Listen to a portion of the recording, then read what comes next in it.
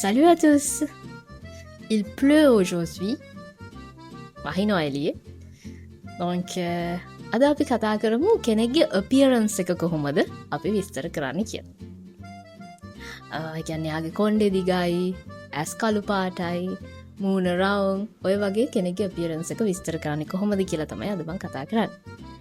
ඉස්සෙල්ලාම අපි බලමු කොහොමද කියන්නේ මට දිග කොණ්ඩයක් තියෙනවා කියලා. කොණ්ඩේට අපි කියනවා les cheveux. මට දිග කොණ්ඩයක් තියෙනවා. J'ai les cheveux longs. J'ai les cheveux longs. මට කළු කොණ්ඩයක් තියෙනවා. J'ai les cheveux noirs. J'ai les cheveux noirs. කළු පාට. මට දිග කළු කොණ්ඩයක් තියෙනවා. J'ai les cheveux longs et noirs. J'ai les cheveux longs et noirs. අපි නිකන් විහිළුවට හිතමු මම කොණ්ඩේ කපන්න යන්නේ කියලා. කොහොමද කියන්නේ? Je vais me couper les cheveux. Je vais me couper les cheveux.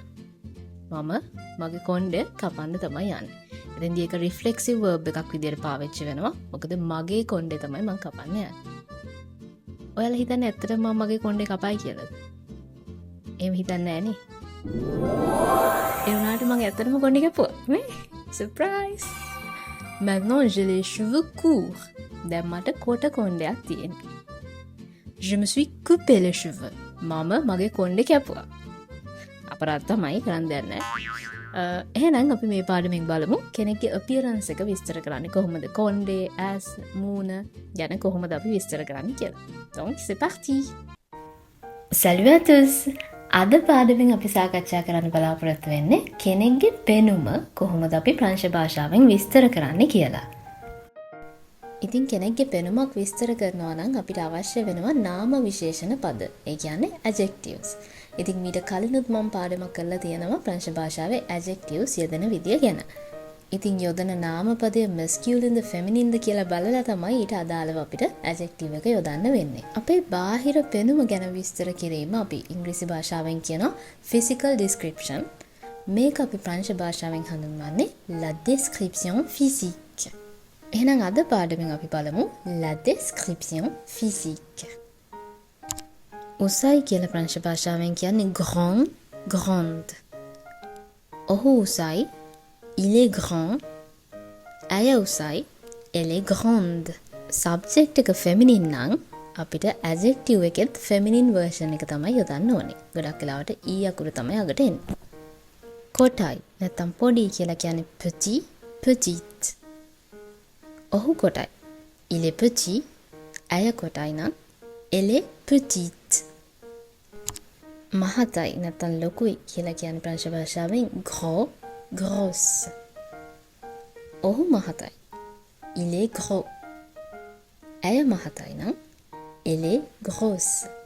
එතෙන්දී e එකට අමතරව අපිට තව s එකකුත් යොදන්න වෙනවා. කෙට්ටුයි කියලා කියන්නේ mince.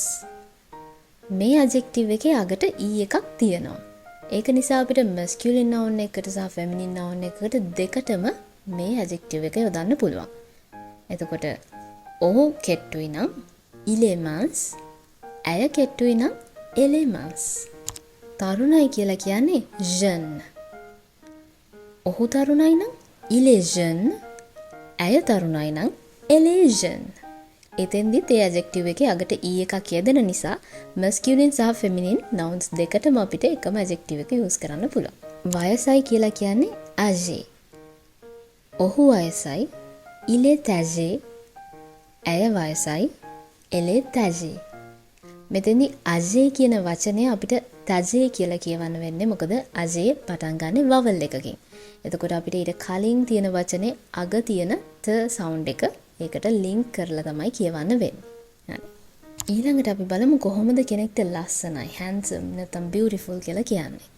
පිරිමි කෙනෙක්ට නම් අපිට කියන්න පුළුවන් ඔහු ලස්සනයි කියලා il est beau. il est beau.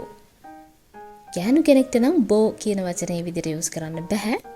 ඒක belle කියලා අපිට වෙනස් කරන්න වෙනවා. elle est belle. elle est belle. එතකොට ඔයා ගැහණු කෙනෙක් නම් ඔයාටත් කියන්න වෙන්නේ je suis belle. ඔයා පිරිමි කෙනෙක් නම් je suis beau. ප්‍රංශ භාෂාවෙන් කැතයි කියලා කියන පාවිච්චි කරන එක වචනයක් තමයි moche. මේ වචනේ දැනගත්තට ඉතින් කියන්න යන්න එපා කාටවත්. හරි නේද? ඒ උනට අපි දැනගෙන ඉමු. ඔහු කැතයි කියලා කියනවා නම් il est moche. ඇය කැතයි නම් elle est moche. ඉතින් මේකත් ඊ අකුරෙන් ඉවර වෙන adjective එකක්. ඒක නිසා subject එක masculine උනත් feminine උනත් දෙකටම පාවිච්චි කරන්න පුළුවන් වෙනස් කරන්නේ නැතුව. ඊට පස්සේ බලමු අපි කොණ්ඩ ගැන. ඔහුට තඹ කොණ්ඩයක් තියෙන්නේ. il est blanc. ඇයට තඹ කොණ්ඩයක් තියෙන්නේ. elle est blonde. ඉතින් මේ adjective එක පාවිච්චි වෙන්නේ සුදු ජාතික තඹ කොණ්ඩයක් තියන අය විස්තර කරන්න. ඉතින් අපි වගේ දකුණු ආසියාතික දුඹුරු හමක් තියෙන තද පාට කොණ්ඩයක් තියන අය විස්තර කරන්න අපිට brun නැත්නම් brun කියන adjective එක පාවිච්චි කරන්න පුළුවන්. ඔහු දුඹුරු හමක් තියෙන, ඒ කියන්නේ තද පාට කොණ්ඩයක් තියෙන කෙනෙක් නම් අපිට කියන්න පුළුවන් il est brun. ඇය තද පාට කොණ්ඩයක් තියෙන කෙනෙක් නම් elle est brune. තවත් ඔයාලා දැකලා තියෙනව නේද ජින්ජර්ස්ලා? ඒගොල්ලොත් ෆොරිනර්ස්ලා, හැබැයි යාළගේ කොණ්ඩේ රතු පාටයි. එහෙමත් නැත්නම් තද තැඹිලි පාටයි. අන්න ඒ වගේ කෙනෙක්ව විස්තර කරනවා නම් ඔහු ජින්ජර් කෙනෙක් නැත්නම් ඔහු රතු කොණ්ඩයක් තියෙන කෙනෙක් නම් il est roux. ඇය රතු කොණ්ඩයක් තියෙන කෙනෙක් නම් elle est rousse. එතෙන්දී masculine form එකට වැඩිය adjective එක ටිකක් වෙනස් වෙනවා. කොහොමද අපි කියන්නේ ඔහුට නැත්නම් ඇයට දිග කොණ්ඩයක් තියෙන්නේ කියලා? il a les cheveux longs. ඔහුට දිග කොණ්ඩයක් තියෙන්නේ. elle a les cheveux longs. ඇයට දිග කොණ්ඩයක් තියෙන්නේ. මෙතෙන්දී les cheveux කියලා කියන්නේ කොණ්ඩේ කියලා කියන්නේ plural noun එකක්. ඉතින් ඊට අදාළව adjective එකත් අපිට plural කරන්න වෙනවා. ඒකින්ද තමයි එතෙන්දී s එකක් යෙදලා තියෙන්නේ. ඒ වගේම තමයි කොට කොණ්ඩයක් තියෙන්නේ කියලා කියන්නේ les cheveux courts. ඔහුට කොට කොණ්ඩයක් තියෙනවා නම් il a les cheveux courts. ඇයට කොට කොණ්ඩයක් තියෙනවා නම් elle a les cheveux courts. එතෙන්දිත් les cheveux එකට අනුව අපිට court කියන වචනය අගට s එකක් යොදන්න වෙනවා. මොකද ඒක plural noun එකක් නිසා. කළු පාට කොණ්ඩයක් තියෙන්නේ. ඔහුට කළු පාට කොණ්ඩයක් තියෙන්නේ il a les cheveux noirs. ඇයට කළු පාට කොණ්ඩයක් තියෙන්නේ. elle a les cheveux noirs. noir කියලා කියන්නේ කළු පාටනේ. නමුත් මෙතෙන්දී කළු පාට යෙදෙන්නේ adjective එකක් විදියට. එතකොට plural noun එකක adjective එකක් නිසා එතෙන්දිත් අපිට s එක යොදන්න වෙනවා. දුඹුරු පාට කොණ්ඩයකට අපි කියනවා les cheveux marron. ඔහුට දුඹුරු පාට කොණ්ඩයක් තියෙන්නේ. il a les cheveux marron. ඇයට දුඹුරු පාට කොණ්ඩයක් තියෙන්නේ. elle a les cheveux marron. හැබැයි මෙතෙන්දී මේක exception එකක්. ඒ කියන්නේ මේක විශේෂ අවස්ථාවක්. marron කියන පාට අපි adjective එකක් විදියට පාවිච්චි කරද්දී ඒක යොදන noun එකේ gender එක අනුවවත් ඒක singular ද plural ද කියන එක අනුවවත් අපි ඒක වෙනස් කරන්නේ නැහැ. ඒ කියන්නේ plural noun එකක් එක යෙදුනොත් අගට s එකක් යෙදෙන්නේ නැහැ. straight කොණ්ඩයක් නැත්නම් silky hair එකකට අපි කියනවා les cheveux lisses. il a les cheveux lisses. elle a les cheveux lisses. curl කොණ්ඩයකට කැරලි කොණ්ඩයකට අපි කියනවා les cheveux bouclés. il a les cheveux bouclés. elle a les cheveux bouclés. ඊළඟට හොඳට මතක තියාගන්න කෙනෙක්ට තියෙන දෙයක් ගැන කතා කරද්දී අපි අවුව verb එක තමයි එතෙන්දී use කරලා තියෙන්නේ. il a, elle a. il a les cheveux bouclés. හැබැයි ඒ කෙනා ගැනම කතා කරනවා නම් එතෙන්දී අපි être verb එක තමයි use කරන්නේ. කොණ්ඩය නැති තට්ටයක් තියෙන කෙනෙක් නම් අපිට කියන්න පුළුවන් il est chauve නැත්නම් elle est chauve. ඔහු තට්ටේ තියෙන කෙනෙක්, ඇය තට්ටේ තියෙන කෙනෙක්.